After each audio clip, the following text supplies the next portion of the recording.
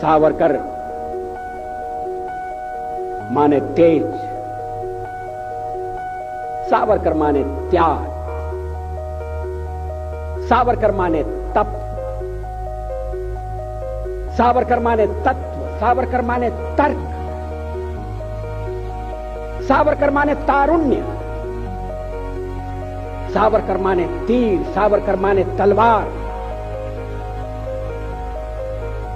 सावरकर माने तिलमिलाहट, सागरा प्राण तळमळला, तलमळाती हुई आत्मा,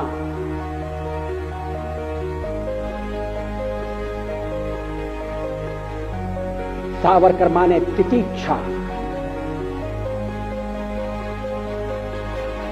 सावरकर माने तीखापन,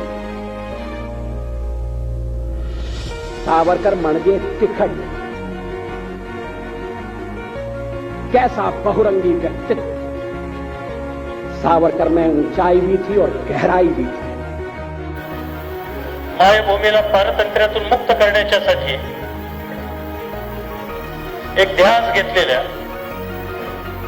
आणि आयुष्यभर प्रयत्नाची पराकाष्ठा करणाऱ्या आणि निस्सीम त्याग करणाऱ्या या मातीमध्ये जन्माला आलेल्या एका महामानवाचं स्मारक आज या ठिकाणी आपल्या सगळ्यांच्या समोर होत आहे. सावरकर खऱ्या अर्थानं या देशातले आद्य स्वातंत्र्यवीर होते. त्यांनी या क्षेत्रामध्ये जी केलेली कामगिरी आहे तिथं एक इतिहासामध्ये वेगळं अशा प्रकारचं स्थान आहे. परंतु लोकमान्यांच्या आणि महात्मा गांधींच्या नेतृत्वाखाली या देशामध्ये जो चाललेला जंग होता त्याला एक मोलाची शक्ती देण्याच्या संदर्भातलं काम सावरकरांच्या विचारसरणीमधून, सशस्त्र क्रांतीच्या विचारसरणीमधून निश्चितपणानं झालं. ही गोष्ट तुम्हाला मला आज या ठिकाणी मान्य करावी लागेल.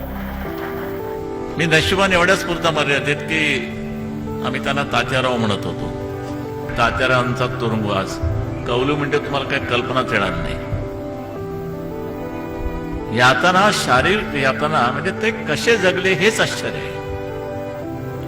50 वर्षाची शिक्षा म्हटलं तर माणूस गचक्कन बसला असता, हार्ट फेलही झालं असतं त्याचं.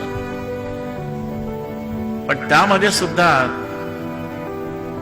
ते ज्या पद्धतीनं टोलवायच्या काही गोष्टी, ज्यावेळेला त्यांचा तो साहेब गोरा साहेब आयरिश होता, त्याने सुद्धा तुम्हाला 50 वर्षाची शिक्षा झालेली आहे. त्याचबरोबर ते धाडसाने त्याला बोलले 50 वर्ष तुमची तरी सत्ता राहणार आहे काय. हे जे काही तेज होतं. कोणाला सांगताय 50 वर्षाच्या गप्पा. तुम्ही राहणार आहात? नाही राहिले, पण गेले ब्रिटिश. तात्याराव राहिले.